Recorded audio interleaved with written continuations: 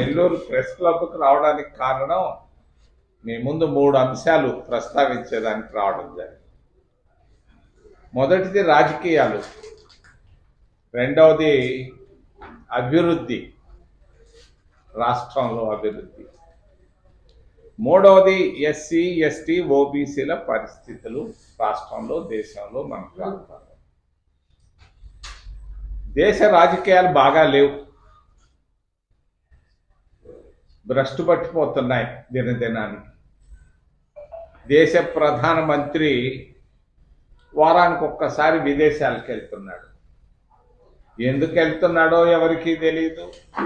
వెళ్ళి వచ్చిన తర్వాత కనీసం ఒక్క ప్రెస్ బ్రీఫింగ్ కూడా లేదు. దేశ ప్రధానమంత్రి 11 సంవత్సరాలు ప్రధానమంత్రిగా ఈ రోజుకి ఒక్క ప్రెస్ కాన్ఫరెన్స్ చేసినట్టుగా నేను వినలా. ఆయనే ఏకైక ప్రధానమంత్రి ప్రెస్ను కలవకుండా తప్పించుకొని తిరుగుతున్నటువంటి దేశ ప్రధానమంత్రి విదేశాలకు వెళ్తున్నాడు.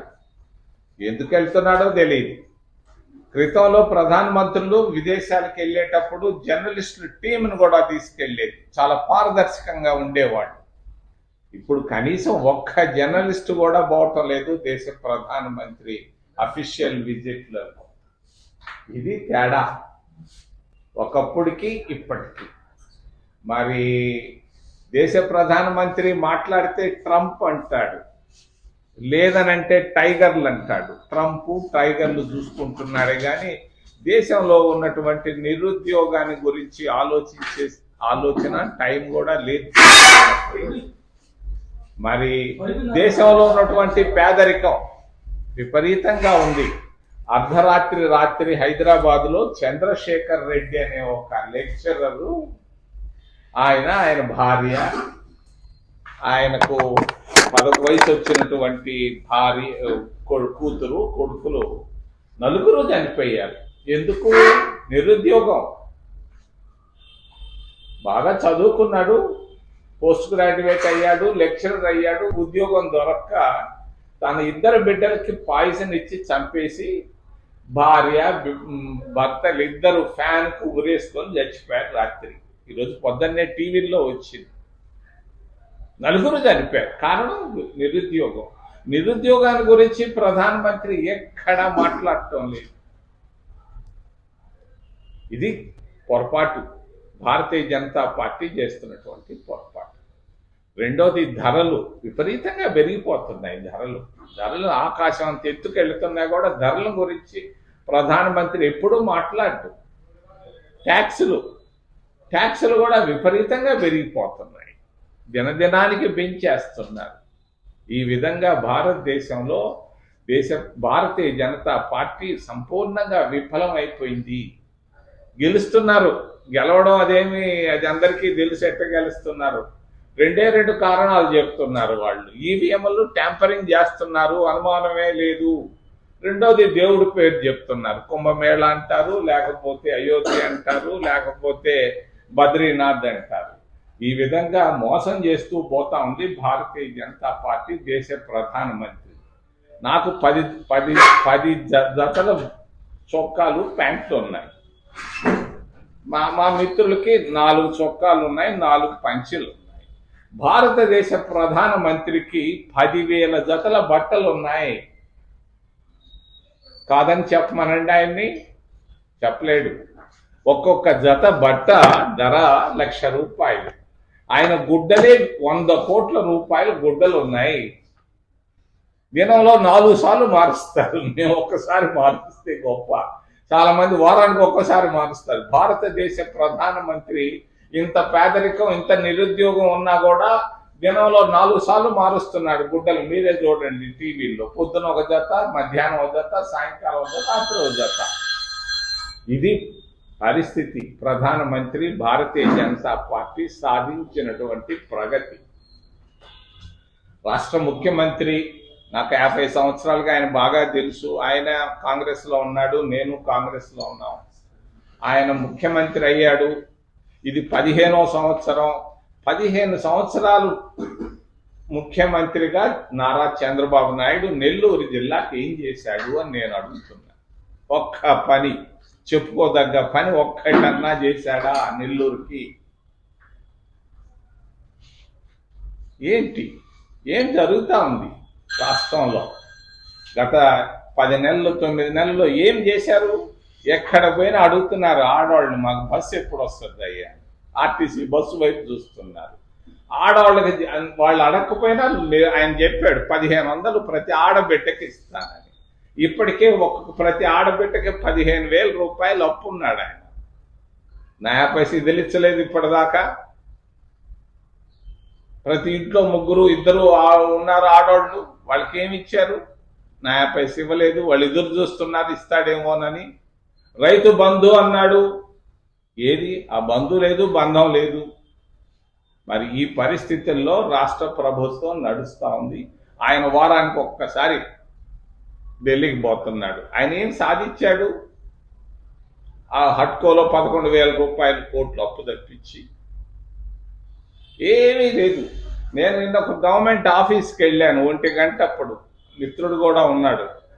అది చెప్తున్నారు, నయా పైసా లేదయ్యా, బడ్జెట్ లేదు, 0, మాకు జీతాలు రావట్లేదని చెప్పాడు. ఈ విధంగా రాష్ట్ర ప్రభుత్వం, తెలుగుదేశం పార్టీ కూడా విఫలమైందని చెప్పక తప్పదు. అభివృద్ధి విషయంలో ఆయన మాట్లాడితే అభివృద్ధి అంటే పోలవరం అంటాడు. పోలవరంలో 30,000 కోట్ల రూపాయలు ఖర్చు పెడితే ఆ ఖర్చు ఎక్కడుంది? డబ్బు అక్కడ కనపడటం లేదు. పోలవరంలో ఎక్కడికి వెళ్ళింది 30,000 కోట్ల రూపాయలు? ఒక పెద్ద మనిషి 6,000 కోట్ల రూపాయలు సంపాదించాడని అందరూ అనుకుంటున్నారు. దానిపైన ఎంక్వైరీ చేయమంటే ఎంక్వైరీ చేయడు, దమ్ము లేదు, ధైర్యం లేదు. ఎందుకు? చంద్రబాబు నాయుడు పోలవరం పైన మరి కాళేశ్వరంలో వేశారు వాళ్ళు, జస్టిస్ పినాకని ఘోష్ని వేశారు, ఒక సుప్రీంకోర్టు రిటైర్డ్ జడ్జి. ఎందుకు వేయలేకపోతున్నారు ఆయన? ఏమి ఆయనకు కూడా ఏదన్నా దాంట్లో ఏదైనా చేపెట్టుంటే చెప్తే మేము అడగం, గట్టిగా అడగం. నేను కూడా చేపెట్టాను, నా చేతులు కూడా నలిగిపోయినాయనంటే మేమేం అడగం. కానీ ఆయన ఎందుకు పోలవరం ప్రాజెక్టు పైన ఒక జ్యుడిషియల్ ఎంక్వైరీ కానీ, ఏసీబీ ఎంక్వైరీ కానీ ఆయన చేతిలో ఉంది? ఎందుకు వేయలేకపోతున్నారు? డబ్బు వాడు లేదు, ఖర్చు పెట్టింది ఆడ కనపడటం లేదు. ఇంకొక 30,000 కోట్లు కావాలంటాడు పూర్తి కావాలంటే. ఇది పోలవరం ప్రాజెక్టు పాలిటీషియన్లకు వరంగా మారింది అనే దాంట్లో అనుమానం లేదు. అమరావతిలో నేను వెళ్ళి చూస్తా ఉన్నాను. 60,000 కోట్ల రూపాయలు ఒక్క ఊళ్ళో ఖర్చు పెట్టాలనుకుంటున్నారు.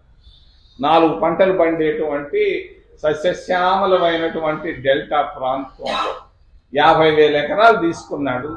మరి వరల్డ్ బ్యాంక్ నుంచి 20,000 కోట్లు తెస్తున్నాడు. జర్మనీ నుంచి 5,000 కోట్లు తెస్తున్నాడు. హట్కో నుంచి 11,000 కోట్ల రూపాయలు తెచ్చారు. మరి ఎందుకయ్యా? చాలదు కదా, 10,000 రూపాయలు 10,000 కోట్లు ఖర్చు పెట్టుకో. మిగిలిన 50,000 కోట్ల రూపాయలు నెల్లూరు జిల్లాకు ఒక 5,000 కోట్లు బాగుపడుతుంది. మరి ఒంగోలు జిల్లాకి పక్కనే ఉన్నటువంటి చిత్తూరు, కడప, కర్నూలు జిల్లాలు ఉన్నాయి. వాళ్ళల్లో కూడా చాలా బాధ ఉంది, చెప్పుకోలేకపోతున్నారు. అభివృద్ధిని ఒక్క దగ్గర పెట్టకుండా అభివృద్ధిని వికేంద్రీకరణ చేస్తే బాగుంటుందని చంద్రబాబు నాయుడుకి మీ ద్వారా నేను తెలియజేస్తున్నాను. మరి జగన్మోహన్ రెడ్డి ప్రతిపక్ష నాయకుడు హోదా కావాలంటాడు. మరి 5 సంవత్సరాలు ముఖ్యమంత్రిగా ఆయన ఏమి సాధించాడు? నేను అడుగుతున్నా. వాళ్ళ నాయన ఇచ్చినటువంటి 6-7 వేల కోట్ల రూపాయలు ఆయన మా నాయన ద్వారా సంపాదించుకున్నాడు, అవినీతిలో కూరుకుపోయాడు. మరి అంతటితో ఆగిపోవచ్చు కదా? ఆయన పైన 11 సిబిఐ కేసులు ఉంటే ఆగిపోయి ఉండొచ్చు కదా? మళ్ళా అవినీతిలో కూరుకుపోయాడు. దీంట్లో నుంచి బయట రాలేక ప్రతిపక్ష హోదా కావాలంటాడు. ఈ పరిస్థితుల్లో ప్రతిపక్షంలో ఉన్నటువంటి వైసీపీ కానీ, మరి పాలక పక్షంలో ఉన్నటువంటి తెలుగుదేశం పార్టీ కానీ, మరి అక్కడ ఉన్నటువంటి భారతీయ జనతా పార్టీలు కూటమి ఇవన్నీ మొత్తం విఫలమైనాయని తెలియజేస్తూ జిల్లాలో ఎస్సీల పరిస్థితి అధ్వానంగా ఉంది. వాళ్ళకు రావాల్సినటువంటి స్కాలర్షిప్లు విద్యార్థులకు రావటం లేదు. సింహపురి యూనివర్సిటీలో కానీ, విఆర్ కాలేజీలో కానీ, జవహర్ భారతిలో కానీ ఎక్కడ రావటం లేదు. ఎస్సీ ఫైనాన్స్ కార్పొరేషన్ ఉండాలి.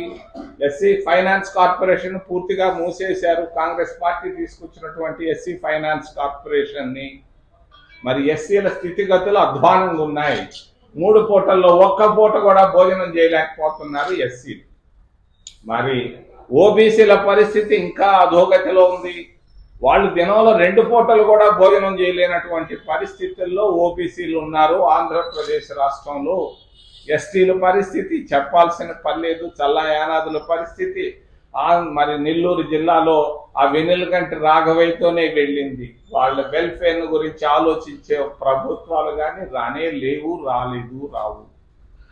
ఈ పరిస్థితుల్లో ప్రజల్లో సానుభూతి తయారవుతోంది కాంగ్రెస్ పార్టీ పైన. కాంగ్రెస్ పార్టీని సపోర్ట్ చేయాలని కాంగ్రెస్ వైపు ఆలోచిస్తున్నారు ప్రజలు. మరి ఎస్సీలకు మేము రిజర్వేషన్లు ఇచ్చాం, ఎస్టీలకు రిజర్వేషన్లు ఇచ్చాం, ఓబీసీలకు రిజర్వేషన్, ఏదో కాస్తో కోస్తో మంచి పని జరిగిందంటే ఒక కాంగ్రెస్ పార్టీ హయాంలో తప్ప ఈ పార్టీలు ప్రాంతీయ పార్టీల వల్ల కానీ జాతీయ పార్టీ బీజేపీ వల్ల సాధ్యం కాదని తెలియజేస్తూ ఏదైనా ప్రశ్నలుంటే అడగమని. ఒక్క డీలిమిటేషన్ పైన కొంత నిన్న చర్చ జరిగింది పార్లమెంట్లో, రగడైంది. అటు తమిళనాడు స్టాలిన్ సంబంధించిన పార్టీకి కానీ భారతీయ జనతా పార్టీకి. మరి తమిళుల ఆత్మగౌరవాన్ని దెబ్బతినే విధంగా ధర్మేంద్ర ప్రధాన్ అని ఒక ఒరిస్సా మంత్రి మాట్లాడడం అసహజంగా ఉంది.